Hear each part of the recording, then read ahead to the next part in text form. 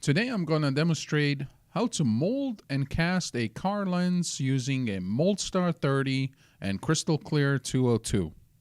My main objective for this project is to create obsolete turn lenses for the vehicle that I'm restoring. As I embarked on this project, I discovered that the turn lenses that are broken are not available for purchase anymore. So I took that opportunity to create my own. Now, I went a step further and casted them in a custom color, so the new ones will be yellow instead of the classic orange. Now, to start with, we need a original. So because one of the turn signal is broken, we're going to use the other one that's still intact to make a detailed mold out of so that we can cast the reproductions that we need to complete the restoration of this vehicle. And the first step I want to do is I want to set up a bed of clay. I'm going to be using the sulfur-free Sculptix soft clay.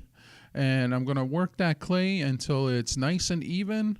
And then separately, I'm going to build up a bed or a pedestal of clay that my turn signal is going to sit on. Setting up a model like this has two advantages. First, it creates a large key that goes all the way around your model, which on the other side is going to produce a nice and clean casting, but it also gives me some space to actually clean that edge where the model meets the clay. Furthermore, resulting in clean and precise castings that are going to come out of this mold.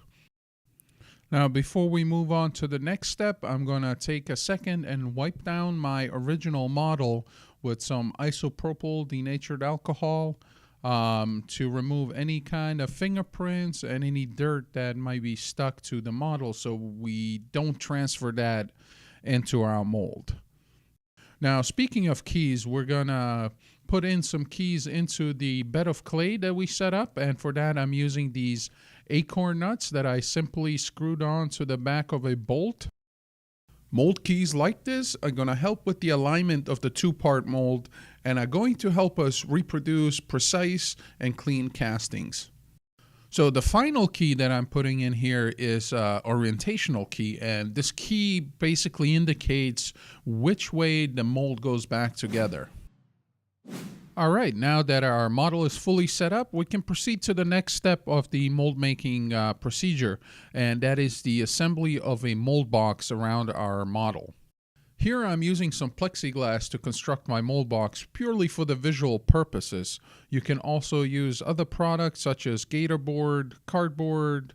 I've used also melamine board and also wood planks to make my containment box. Pretty much anything that's going to prevent the silicone from leaking out. So whenever you work on a project that is very specific like this, you always want to keep the end result in mind. So for my project here, I already know that I need a product that is clear, that has UV resistance, and I already narrowed down my product search to the Crystal Clear.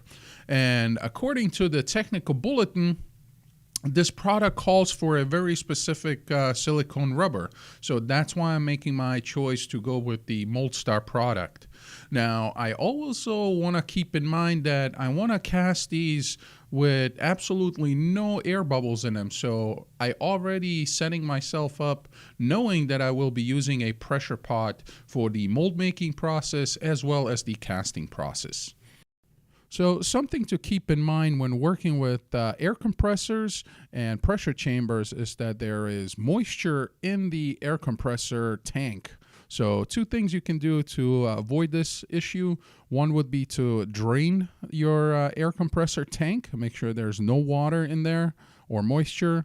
The other thing you can do is install a Dryerite cartridge in the air line that's going inside the pressure tank to filter that air and make sure there's no moisture trapped in it.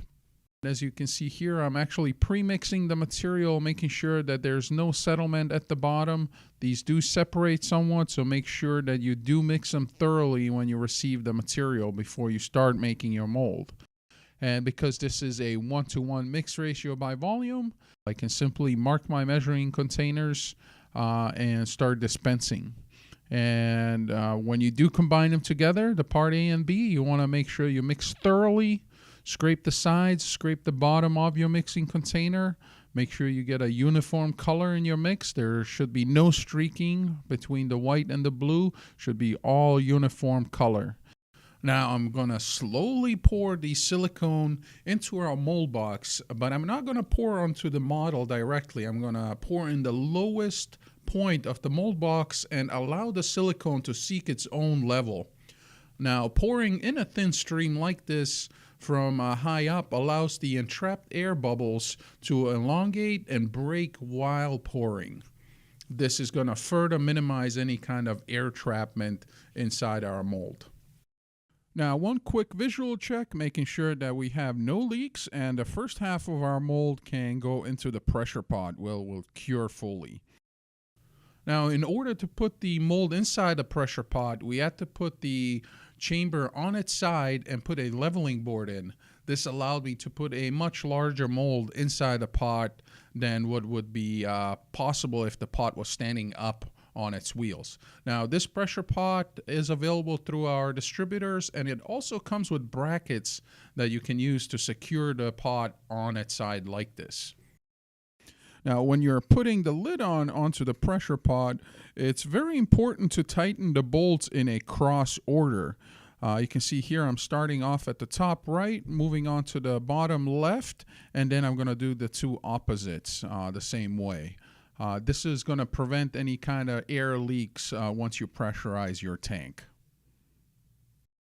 Now, the reason why we pressurizing the mold and let it cure under pressure is because there's still microscopic bubbles left in the silicone. If we were not to do that and we pressurize our casting to get a perfectly good casting out of it, what happens is those microscopic bubbles will burst and allow the material, your casting material, now to be pushed into those cavities, resulting in a casting that's going to be full of dimples and it's going to be unusable. I get asked frequently what kind of air compressor people should use for this application, and I found that a 10-gallon or about 5 horsepower air compressor would do a sufficient job in producing that 60 psi that we need for this application. Something I wanted to mention here is that if you're looking for a factory-like finish, a very clean and bubble-free casting, then it's absolutely necessary to use a pressure pot like this. So if you're driven by your results and you're looking for perfection, this is definitely a way to go. The tank is now pressurized, and we're going to let the silicone cure for a full 6 hours before proceeding on to the next step. Now, a little shop tip for you guys that are working in busy work environments. It's a good practice to let each other know that the pressure chamber is in use so that your casting doesn't get ruined by somebody needing to use that pressure pot. So now the 6 hours have passed and the silicone is cured so that we can remove the containment walls off the mold box. You're going to just strip those away, and then we're going to remove all of the clay that we set up our model on. And here you can clearly see the positive keys that resulted in pouring of the material. Now that we've removed the clay from our model, we can proceed to apply some release agent to the first half of our mold. Now here I'm using the Ease Release 205, which is a liquid version of the Ease Release 200. And the reason why I'm doing this is to get a good thorough coverage and peace of mind, so to say, some insurance. I'm going to go with the liquid version, and I'm going to apply it thoroughly, and then we're going to let this release agent dry for about 10 minutes before proceeding to the next step. All right, the release agent is dried, and we can proceed by reassembling the mold box around the first half of our mold. And something I like to do to prevent any kind of silicone seeping down below and spilling out is I like to run a bead of hot melt glue all around the edge where the silicone meets the mold box. For the second half of our mold, we're going to follow the same steps as we did for the first half of the mold with the dispensing and mixing of the MoldStar 30. Now that we're poured the second half of our mold, we can put the entire piece back into the pressure pot and let it fully cure for at least 6 hours before demolding, before moving on to the next step. So now that our mold has fully cured, we can demold it, and you can here clearly see the benefits of the liquid release. Our two halves came apart with no issues. They just peel apart easily. Here's a little tip, something that I found works very well for this type of mold. I like to cut a little vent going away from the model, but it's not really venting all the way out of the mold. It's just collecting up top, and what it does, it not only helps the material, the excess material, evacuate out of the mold, it also creates a little pool of material. So in case the casting needs extra material after those air bubbles pop and are evacuated, it can draw from that pool of material, and it's going to create a nice and crisp edge all the way around with minimal defects.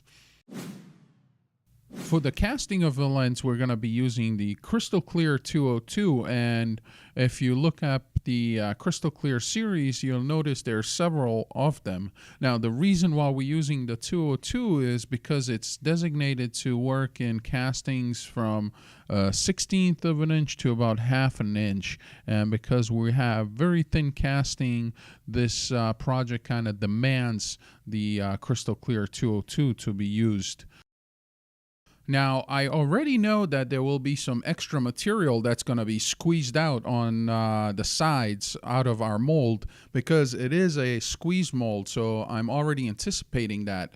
Now, to prevent that material, the resin, from building up in our pressure pot, as a quick fix, I'm simply going to spray some release agent all throughout the pot and let it dry for about 10 minutes before actually putting any kind of casting material in it.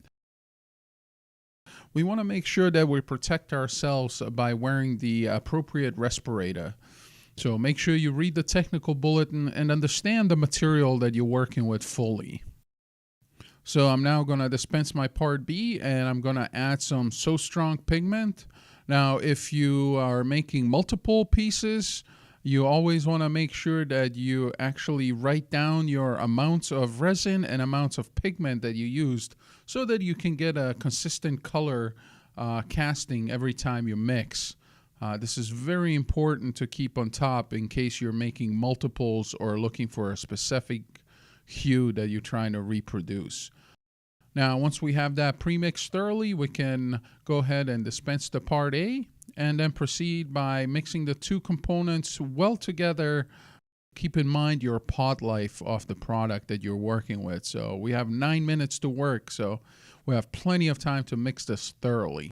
For this casting, I used 95 grams of Crystal Clear, 50 grams of the part A, and 45 grams of the part B. In addition to that, I added 0.2 grams of the pigment. Now I can simply pour the resin into our mold and proceed by pushing the top of the mold down into it. And this is where the term squeeze mold comes from. As you can see, I'm squeezing the top half down, and any of the extra material simply spills out, seeps out. Now, to prevent the top of the mold from floating in the material, I'm going to put a heavy brick on it and then put the entire setup into a pressure pot and let it cure fully at 60 psi.